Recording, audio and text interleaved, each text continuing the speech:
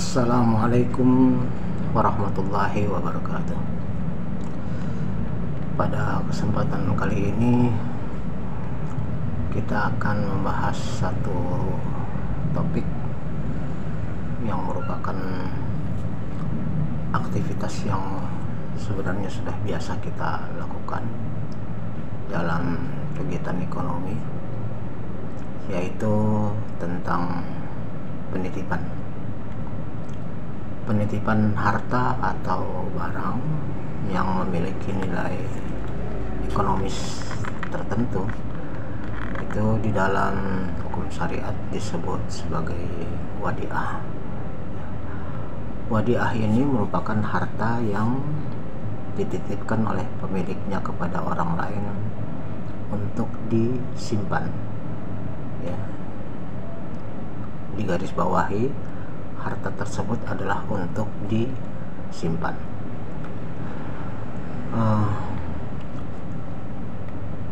Harta yang disimpan tersebut merupakan amanah, yaitu amanah yang sengaja ditinggalkan pada orang lain untuk disimpan dengan sengaja.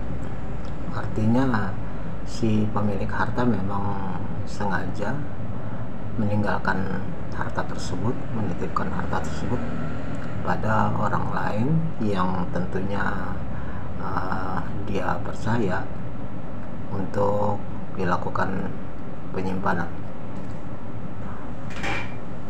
Banyak sebab bisa menjadi latar belakangnya. Mungkin si pemilik harta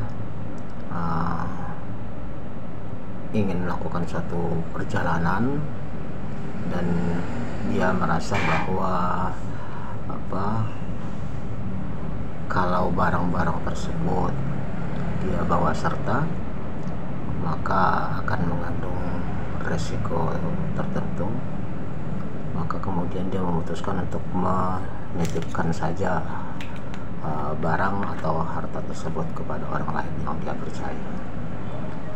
Atau bisa juga karena dia ingin menitipkan uang, ya, kepada orang lain, karena kalau dia pegang sendiri mungkin takut terpakai, maka dia menabung dan menitipkan kepada orang lain uang tersebut, tapi dia tidak mengharapkan adanya bunga. Jadi dia semata-mata menitipkan harta tersebut kepada orang lain dengan perhitungan jumlah yang tetap, yaitu sama pada waktu dia titipkan dan juga pada waktu dia ambil kembali. Bisa juga yang menjadi sebab dari penitipan itu adalah karena dia merasa tidak aman untuk menyimpannya di rumah, baik itu adalah uang maupun harta tertentu, sehingga dia merasa lebih nyaman, merasa lebih aman kalau barang atau uang tersebut dia titipkan saja kepada pihak yang lain, pada orang lain, ya. Secara hukum Islam, wadiah ini berarti merupakan suatu aktivitas, ya, yang diperjanjikan, disepakati oleh satu orang yang merupakan pemilik harta dengan orang lain yang menjadi penyimpan harta tersebut, ya, di mana mereka bersepakat untuk melakukan kegiatan penyimpanan tersebut, penitipan barang tersebut, ya. Oleh karena itulah, sebagaimana juga di dalam aktivitas ekonomi Islam yang lain, maka di dalam hal ini, dalam wadiah juga dipersyaratkan adanya suatu akad di satu pihak yang akan menitipkan, dia mengucapkan bahwa dia berkehendak untuk menitipkan barang atau uang kepada orang yang dia percaya tersebut, ya, artinya dia melakukan itu tentu dengan kepercayaan penuh, ya, kepada orang yang akan dia titipkan, ya. Kemudian orang yang akan dititipi harta atau uang juga melakukan suatu qabul atau penerimaan, di mana dia bersepakat atau bersedia untuk menyimpankan titipan tersebut sesuai dengan permintaan dari si pemilik harta, dan dia juga berjanji untuk memelihara barang tersebut sebaik mungkin serta akan mengembalikannya kepada si pemilik kapan saja si pemilik itu memintanya kembali. Oke. Dengan demikian kalau kita lihat dari sini, dari kesepakatan penyerahan barang untuk dititipkan kepada orang lain itu, ini merupakan suatu amanah, ya. Amanah atau kepercayaan yang wajib dijaga oleh si penerima titipan atau penerima amanah. Jadi wadiah itu adalah suatu amanah, ya. Tetapi kita tahu bahwa tentu yang namanya amanah bukan hanya wadiah. Amanah itu berarti bermakna banyak sekali, ya. Yang pada intinya amanah itu adalah kepercayaan yang diberikan oleh orang lain kepada seseorang, di mana orang tersebut wajib untuk memelihara, menjaga amanah tersebut sebaik mungkin dengan sepenuh hatinya, dengan sekuat tenaganya, ya. Kemudian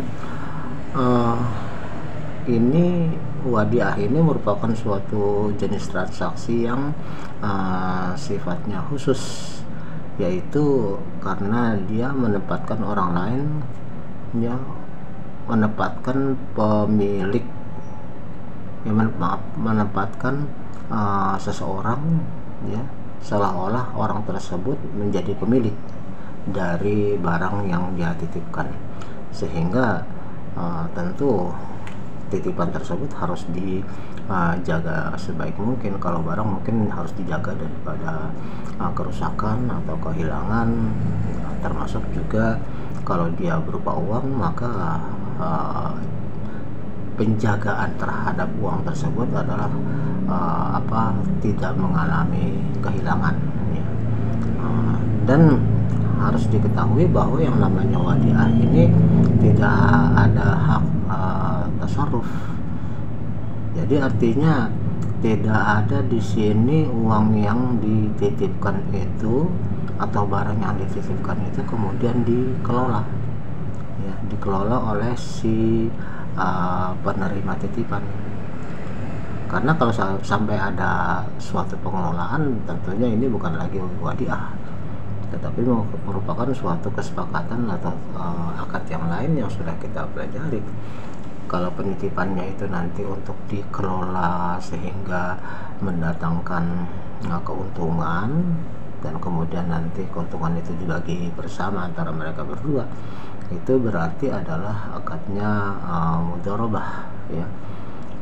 Sementara kalau misalnya penitipan itu kemudian dilakukan dengan disertai suatu imbalan, ya, suatu imbalan, maka berarti ini merupakan ijarah, ya. Karena di sini berarti yang menerima titipan berfungsi sebagai tanda kutip pekerja dari si orang yang memberi titipan, si orang yang memiliki harta, karena untuk itu dia akan menerima upah, ya, guna menjaga titipan tersebut. Nah, berarti upah mengupah ini juga atau bisa dikatakan juga sebagai satu sewa menyewa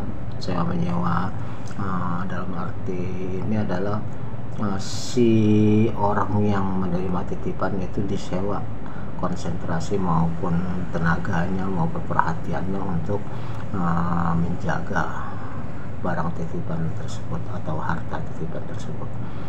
Nah, tentu saja di dalam titipan itu kalau misalnya dia berupa uang, ya tidak akan ada penambahan, tidak ada bunga, karena ini sifatnya titipan, bukan bukan suatu tabungan ya. Titipan saja, walaupun sebenarnya tabungan juga kan sifatnya titipan, tetapi kalau tabungan yang sifatnya konvensional, kita tahu kan biasanya kan ada penambahan jumlah tertentu ya, dengan persentase tertentu yang kita kenal sebagai bunga. Dan kita tahu juga bahwa di dalam Islam yang namanya bunga itu atau riba itu tidak diperbolehkan. Jadi kalau misalnya kita menitipkan uang sejumlah 1 juta kepada seseorang, dan kemudian dalam jangka waktu tertentu titipan itu akan diambil lagi, maka dalam hadiah jumlah yang 1 juta itu tetap tidak mengalami penambahan apa-apa. Orang yang dititipkan juga tidak diberikan upah ya. Demikian juga orang yang memberi titipan itu tidak akan menerima penambahan uang ya, yang kita kenal dengan bunga tadi. Jadi dalam hadiah pure, murni, bahwa sejumlah demikian yang dititipkan, maka sejumlah demikian akan dikembalikan lagi ya. Jadi jelas bahwa di dalam wadiah ini hanya sifatnya penitipan, baik barang maupun uang ya, ataupun harta yang lain, tetapi bagi pihak yang menerima titipan itu dia tidak ada kewajiban ataupun tidak ada hak untuk melakukan pengelolaan terhadap harta tersebut ya. Adapun kalau kita lihat dasar hukumnya, kategori dari wadiah ini adalah mubah, artinya boleh-boleh saja. Orang mau melakukan wadiah ya silakan, monggo, tapi kalau misalnya tidak mau melakukan ya nggak ada masalah ya, tidak apa-apa. Jadi sifatnya dia netral, boleh dilakukan, boleh juga tidak dilakukan, boleh menitip kepada orang lain, boleh juga tidak melakukan penitipan. Cuma di dalam dasar hukum Al-Qur'annya ya, sebagaimana juga ada satu ayat yang sering kita pergunakan untuk menjadi landasan bagi aktivitas ekonomi yang lain di dalam transaksi ekonomi Islam, yaitu surat Al-Baqarah ayat 283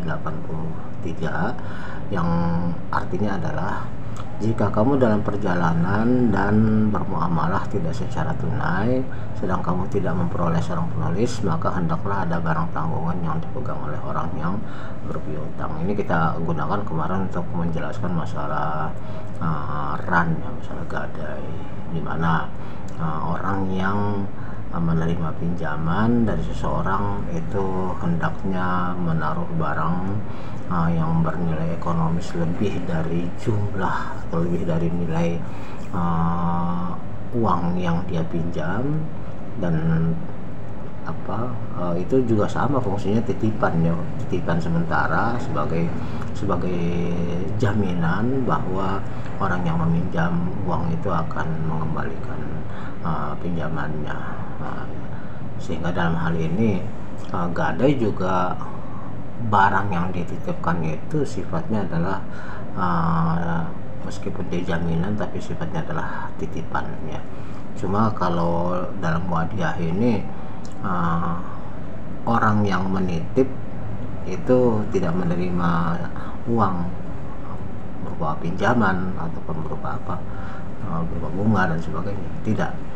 Sementara kalau dia gadai atau ran, ya pastinya orang yang memiliki harta dan menaruh barang kepada pihak lain itu dia menerima sejumlah uang sebagai hutang, dan kemudian barang yang dititipkan itu berfungsi sebagai jaminan supaya ada tanggung jawab bagi si penerima hutang untuk mengembalikan uang yang dia pinjam dari pihak pemberi pinjaman atau penerima gadai ya.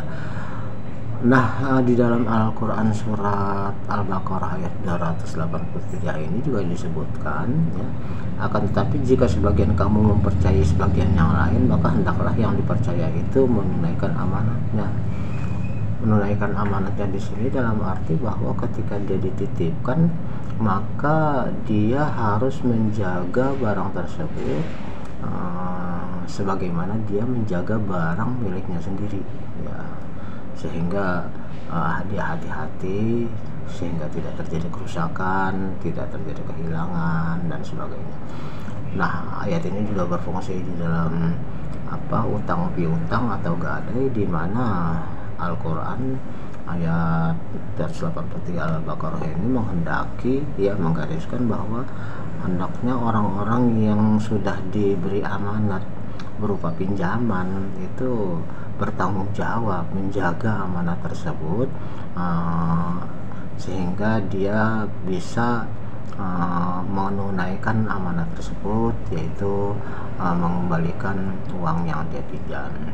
Di dalam wadiah, selain dia berfungsi untuk menjaga barang tersebut sebaik mungkin, dan dia juga menjaga amanat tersebut, yaitu dengan mengembalikan barang yang dititipkan oleh orang lain kepadanya, manakala si penitip itu akan mengambilnya kembali. Oke. Karena apa? Karena di dalam surat An-Nisa ayat 58 Allah juga menyampaikan satu perintah, ya, sesungguhnya Allah menyuruh kamu menyampaikan amanat yang berhak menerimanya. Dan ini juga seperti saya katakan tadi, walaupun wadiah itu termasuk amanat, tetapi amanat itu belum tentu wadiah, karena ayat ini juga bisa digunakan untuk menjadi landasan bagi aktivitas ekonomi yang lain. Misalnya orang yang menitipkan modal untuk bekerja sama dalam rangka mudharabah, itu berarti juga kan harus dijaga amanat titip modal itu, jangan sampai nanti dikelola lalu mendatangkan keuntungan tapi kemudian disembunyikan dan dilaporkan bahwa bisnis yang mereka lakukan, mereka kerjasamakan itu rugi. Kan berarti orang yang punya modal itu tidak mendapatkan apa-apa. Berarti orang yang diamanatkan untuk mengelola harta dalam rangka mudharabah itu telah berkhianat dari amanat yang diberikan kepadanya, karena seharusnya uang yang dikelola mendatangkan keuntungan atau barang yang dikelola mendatangkan keuntungan, seharusnya keuntungan itu dibagi antara mereka berdua, tetapi kemudian diserakahi sendiri karena dia memberi laporan bahwa hasil dari pengelolaan itu tidak saja tidak menimbulkan keuntungan tapi malah kerugian, ya, barang yang kemudian ternyata dikelola itu rusak, tidak mendatangkan keuntungan, malah si pemilik itu harus ikut tanggung jawab. Kan dalam mudharabah itu ada tanggung jawab, ya. Ada tanggung jawab untuk juga menanggung resiko dari kerugian atau kerusakan barang yang dikelola, ya. Jadi dalam hal ini si penerima amanah tidak menjaga kepercayaan orang sebaik-baiknya. Begitu juga di dalam hal amanah dalam aktivitas yang berupa ijaroh, yang berupa sewa menyewa atau pemberian upah, ya. Berarti amanat dalam hal ini si orang yang dipekerjakan, orang yang mendapatkan upah atas hasil pekerjaannya, tetapi dia tidak melaksanakan pekerjaannya itu secara baik, secara paripurna. Dia mungkin asal-asalan, tidak disiplin, sehingga kinerja yang diharapkan tidak tercapai.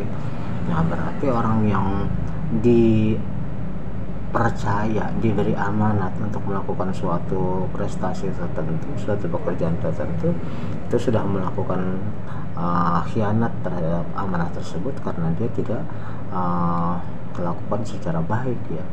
Berarti juga dalam hal ini pekerja-pekerja yang dipekerjakan oleh seorang majikan ya, atau pegawai negeri dipekerjakan oleh negara, kemudian ternyata tidak melakukan tugasnya secara paripurna, atau malah hanya melakukan suatu aktivitas yang merugikan negara seperti korupsi dan sebagainya, itu berarti bukan saja dia tidak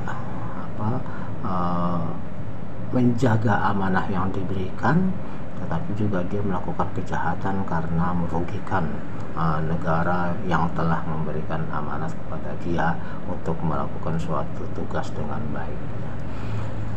Jadi Allah di dalam Quran surat An-Nisa ayat 58 ini tegas memerintahkan kepada kita untuk menyampaikan amanat kepada yang berhak menerimanya. Dalam ijarah, seorang pekerja bertanggung jawab untuk memberikan prestasi sesuai permintaan dari majikan yang memberikan pekerjaan.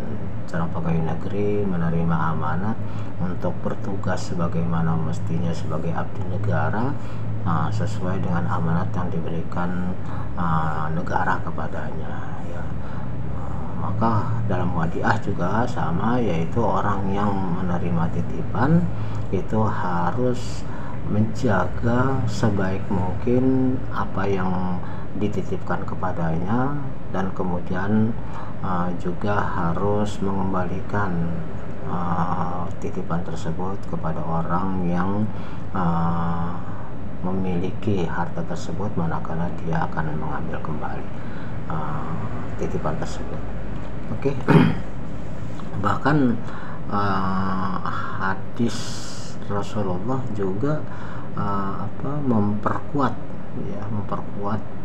apa yang diperintahkan oleh Allah ya, di dalam surat An-Nisa tadi, yaitu dalam satu hadis yang diriwayatkan oleh Abu Dawud, At-Tirmizi, Ahmad Al-Hakim, Al-Baihaqi ya, di mana Rasulullah memerintahkan kepada kita dalam hal ini untuk tunaikanlah amanah kepada orang yang mengamanahimu, memberikan amanah kepada kita, yang mempercayai kita.